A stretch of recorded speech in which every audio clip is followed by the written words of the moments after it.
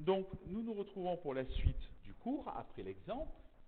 On va donc théoriser la notion de moyenne, c'est-à-dire on va prendre une série statistique où je n'ai pas forcément, comme c'était le cas pour les élèves du lycée, 6 modalités, il y avait 6 âges possibles.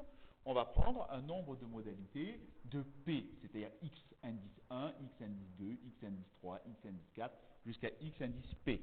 P représentera le nombre de modalités. On peut avoir une série statistique avec 6 modalités, mais avec 50 modalités aussi pour les séries plus complexes. L'effectif de chaque modalité, je l'appelle n indice 1 pour la première modalité, n indice 2 pour la deuxième modalité, n indice 3 pour la troisième, n indice 4 pour la quatrième, etc. jusqu'à n indice p pour la dernière modalité. Alors, vous remarquez qu'on peut aller jusqu'à n6, mais jusqu'à n10, n100, n1000. L'avantage de l'écriture indicée en statistique, avec l'utilisation des indices, c'est qu'on peut créer une infinité de variables.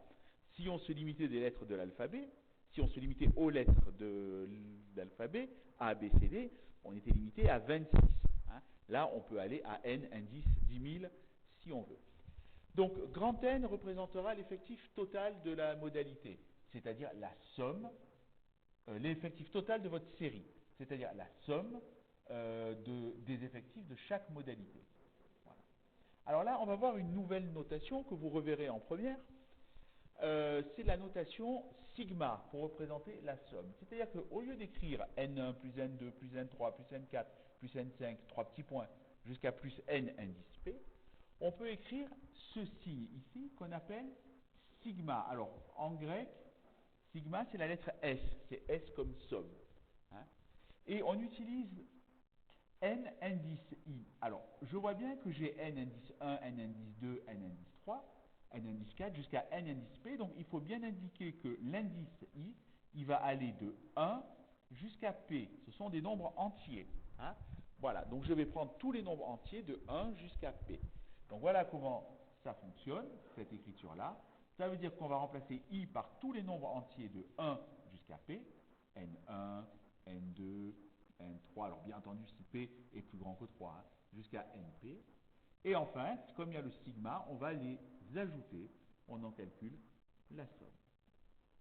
Voilà. Donc voilà cette notation sur laquelle je n'insisterai pas, mais qu'il est bon d'avoir vu. Donc, la moyenne de la série statistique, on fait comme on a fait pour les notes, puisqu'on a multiplié chaque effectif par, pardon, c'était pas des notes, c'était des âges, chaque effectif par l'âge correspondant. Donc ici, je vais faire n1 fois x1, plus n2 fois x2, plus n3 fois x3, plus n4 fois x4, jusqu'à la dernière modalité, np fois xp, divisé par l'effectif total, la somme de tous les effectifs, que j'appelle grand N. Voilà, alors on peut remplacer ça par la notation sigma. En seconde, c'est facultatif, mais c'est bien de l'avoir vu. Donc, c'est la somme de n indice i fois p indice i. Je vois bien que l'indice, ici, il varie de 1 à p. Voilà, donc la formule la plus importante à retenir, c'est celle-ci. Voilà. Bien, alors, ça fonctionne quand on a une modalité qui apparaît avec certains effectifs, et ça marche aussi quand on veut donner du poids, c'est pas forcément un effectif, à une modalité d'une série statistique. Par exemple, x1 va compter avec le coefficient C1. Alors le coefficient peut représenter un effectif ou pas. C'est une pondération, c'est pour ça que c'est une moyenne pondérée, parce que finalement, ça va être le poids de la modalité x1. Et plus le coefficient va être élevé, et plus le poids de la modalité va être important dans la moyenne. La formule est exactement la même, C1 fois x1, plus C2 fois x2, plus C3 fois x3, plus CP fois xp.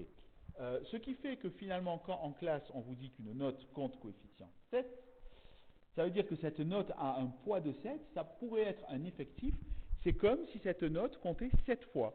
Quand on vous rend un contrôle coefficient 7, c'est comme si on vous rendait 7 contrôles d'un coup, coefficient 1. Voilà.